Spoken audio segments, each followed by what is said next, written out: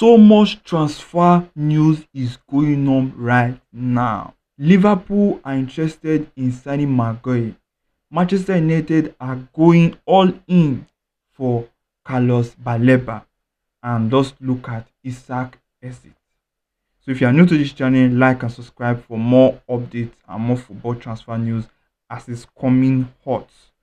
Now, Liverpool are interested in signing Crystal Palace star defender Maguire from the club. Now, Liverpool has greatly need a defender to come in after they signed Kirkes for the left back and signed Frimpong for the right back. They really need centre back pairing because currently at the club they only have two known centre back, which is Konate and Van Dijk. So this creates a dire need for them to sign a new centre back, as they had sold Kwanzaa to Bayern Leverkusen to facilitate the deal for Florian Wirtz. So you can clearly see that Liverpool are in a crisis for defender. They have signed a lot of attacking options this season already. So now they are going in for Crystal Palace defender Maguire. And this guy is good. He's good on the ball. He's good aerially. He can pass the ball. He can distribute everything Liverpool will need. He can pair well with Van Dijk. He can pair well with Konate. So that way Van Dijk can get some rest in when they are playing some league matches or even cup games. He will not have any option but to play. So those are the games where Van Dijk will go to rest. But now, going in for this transfer means something for Liverpool. Liverpool are cooking this season.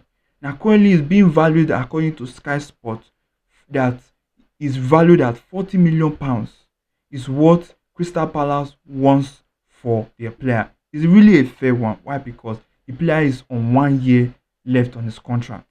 So a player with 1 year left on his contract, to get 40 million from him is going to be a very good deal, and it's something that is very attainable. But the thing is this: Liverpool don't want to overpay because the player is on 1 year left on his contract. Personal terms are already done. It's now club to club interaction on getting the finalized fee. It may be due to add-ons. They use add-ons to achieve the £40 million valuation that Crystal Palace is looking for. Crystal Palace are willing and ready to let go of their star defender. They just want to get their valuation met. And I believe that Liverpool will get it done in the coming days and hours from now. The deal will soon be done. Now let's move to the most exciting one: Carlos Baleba to Manchester United. Manchester United have signed a lot of attacking threat. Benjamin Sesko for centre forward. They signed Buemo. They signed Cunha. The attacking options has been fixed. Now they are going in for midfield. And one of the reasons why Manchester United are going for a midfielder is this: they need a CDM that can do a job there. Now many of the midfielders they have currently can't really do quality job. Let's look at it. Casemiro is aging. His time has passed. He's a 4-time Champions League winner. Fine and good. He was in his prime. Is excellent at that position. But he doesn't have legs anymore. He can't run, can't do the needed job of a defensive midfielder. But he can create. He can pass, he can distribute, he will control the tempo, but his ability to intercept balls and stop counter-attack may be the downside to Casemiro. So you cannot play Casemiro with Bruno. Bruno will suffer in the midfield.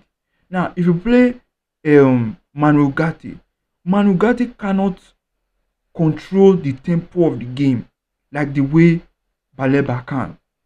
His ability, he has pace, he's good in interception, but his ability to control the ball, his tempo, his footballing IQ, able to distribute the ball is something that Manu Gatti lacks. Now for Menu could do that. He can distribute the ball, create his good on press. He cannot get pressed. But Menu doesn't have legs. That means he can't run to stop those attacks. So now the midfield has been a headache for Ruben Amorim.